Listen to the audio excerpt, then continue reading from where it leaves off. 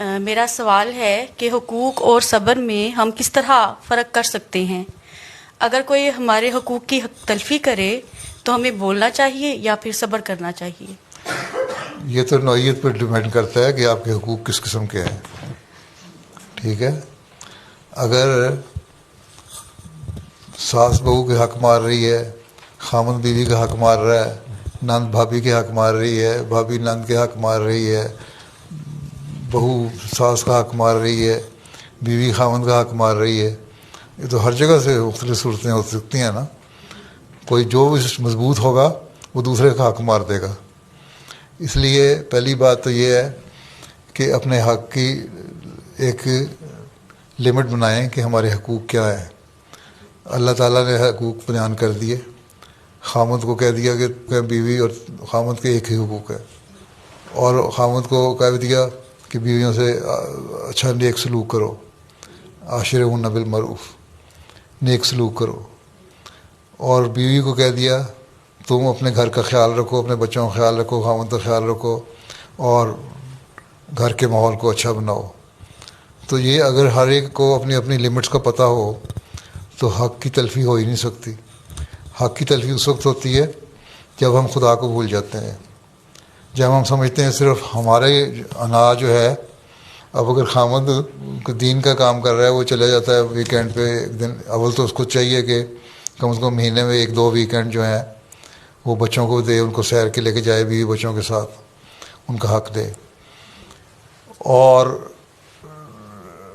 اس کے علاوہ اگر وہ دین کا کام کر رہا ہے تو ٹھیک ہے، اس کو کرے. عورتیں بھی کر رہی ہیں، اب لجنا بھی بہت ساری ہیں ایسی جو دین کا کام کر رہی ہوتی ہیں.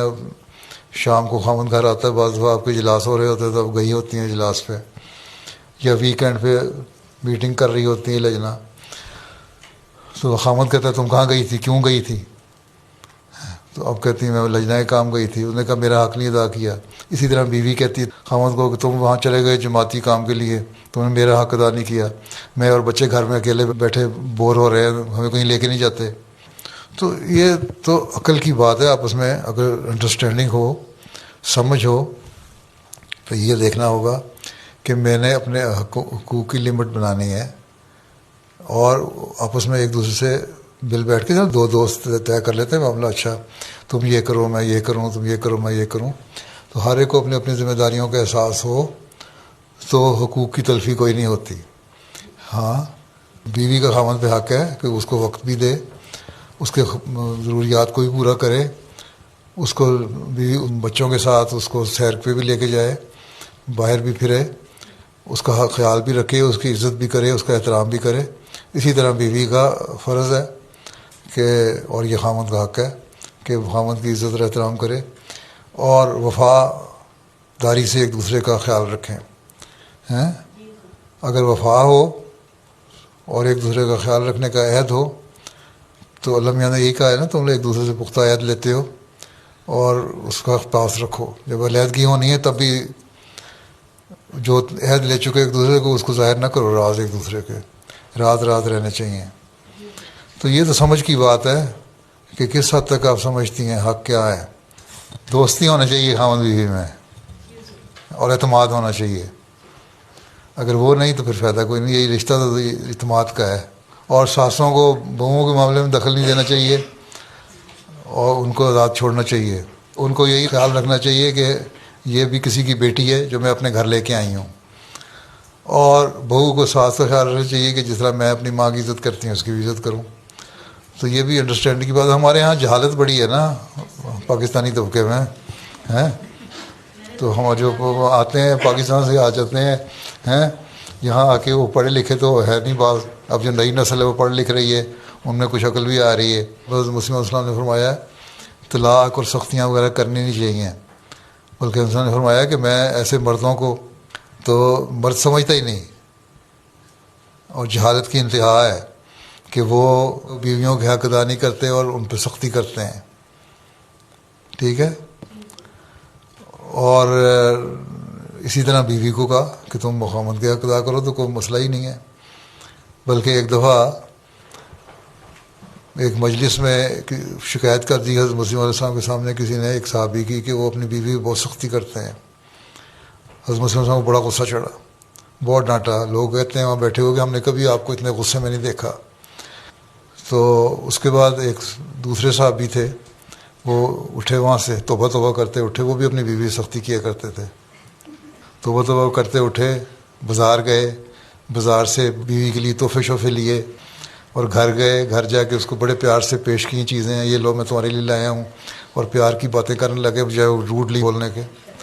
تو بیوی نے ان کو حیران ہو کے دیکھا, آج وہ کیا کیا ہے آپ کو, طبیعت ٹھیک ہے, یہ کیا دیکھ رہی ہوں میں. تو کہتی بس ہو یہ گیا ہے کہ آج میں جو غصے میں دیکھ کے آیا ہوں مسیح موعود علیہ السلام کو, کہ انہوں نے جس طرح ڈانٹا ہے, تو میری شکایت نہ کا جو ہو جائے تو میں اپنی آنکھ پر سنوارنے کے لیے تمہارے سے آئندہ سختی نہیں کروں گا, ٹھیک ہے. تم میرے حق ادا کرو, میں تمہارے حق ادا کروں, ہم دونوں دوست بن کے رہیں, ٹھیک. اور اسی طرح ساسوں کو, بہوؤں کو, نندوں کو, بھابھیوں کو, سب کو ایک دوسرے کا خیال رکھنا چاہیے, ٹھیک ہے. ہمارے مربی صاحب جماعت کے خدام کے ساتھ مل کر کھرن کے ڈوم کے سامنے اور مختلف مقامات پر تبلیغی کمپین کر رہے ہیں, اور الحمدللہ غیرت جماعت لوگوں پر اس کا بہت اچھا اثر ہو رہا ہے. پیارے حضور, ہماری رجنا اور ناصرات بھی کئی بار سوال کر چکی ہیں کہ ہم بھی اس میں حصہ لینا چاہتی ہیں. اس لیے ہم نے اس سال گرمیوں کی چھٹیوں میں آئی am a Muslim ask your question کی کمپین کرنے کا ارادہ کیا ہے. پیارے حضور, ہماری رہنمائی فرمائیں کہ ہم اس کو کیسے بہترین طور پہ کر سکتے ہیں. رہنمائی جس طرح مرد کر رہے ہو تم لوگ کر دو, اور کوشش یہ کرو کہ زیادہ تر عورتوں سے ڈیل کرو, لڑکیوں سے ڈیل کرو. عام دنیا میں مذہب سے دوری لڑکوں میں بھی ہے, لڑکیوں میں بھی ہے. مذہب میں پھر کچھ لڑکوں میں فنیٹک پیدا ہو جاتے ہیں, لڑکیوں میں بالکل وہ دیکھ کے نا اور حالت ہے. تو جب آپ لوگوں کی حالت دیکھیں گی کہ آپ مذہب کی باتیں کر رہی ہیں, تو لڑکیوں کا غیر مذہب رکھنے والا ہوں یا لا مذہب جو ہے, ایتھیسٹ جو ہے, یا غیر مسلم ہے, یا غیر احمدی مسلمان ہے, سب میں یہ احساس پیدا ہوگا کہ احمدی لڑکیاں اور عورتیں جب کام کر رہی ہیں, اللہ رسول کی باتیں کر رہی ہیں, تو ہمیں بھی سننا چاہیے. تو نمونہ جو ہے اپنا قائم کرو, لیکن صبر اور حوصلے سے. ایک تو یہ ہے کہ علم حاصل کرو. جب کرو گا I am a Muslim ask your question, تو کوسچن کا جواب بھی تو آنا چاہیے نا, اس لیے علم حاصل کرو, ٹھیک ہے. اور دیکھو کنٹمپریری ایشوز کیا ہیں آج کل, کس قسم کے سوال لوگ کرتے ہیں, ان کے جواب تیار کرو. آج کل جرمنی میں زیادہ تر یہی زیادہ ہوا نا, اسلام کے خلاف, خلافت کے خلاف شروع ہوئی ہے مہم, یا اسلام کے خلاف یہ سختیاں کرتا ہے اور جہاد کی باتیں کرتا ہے, اس طرح کی باتیں, یا عورتوں کے حق ادا نہیں کرتا. تو ان چیزوں کے اوپر تیار کرو جواب اچھی طرح, تاکہ جواب دے سکو. یہی چند ایشو ہوتے ہیں.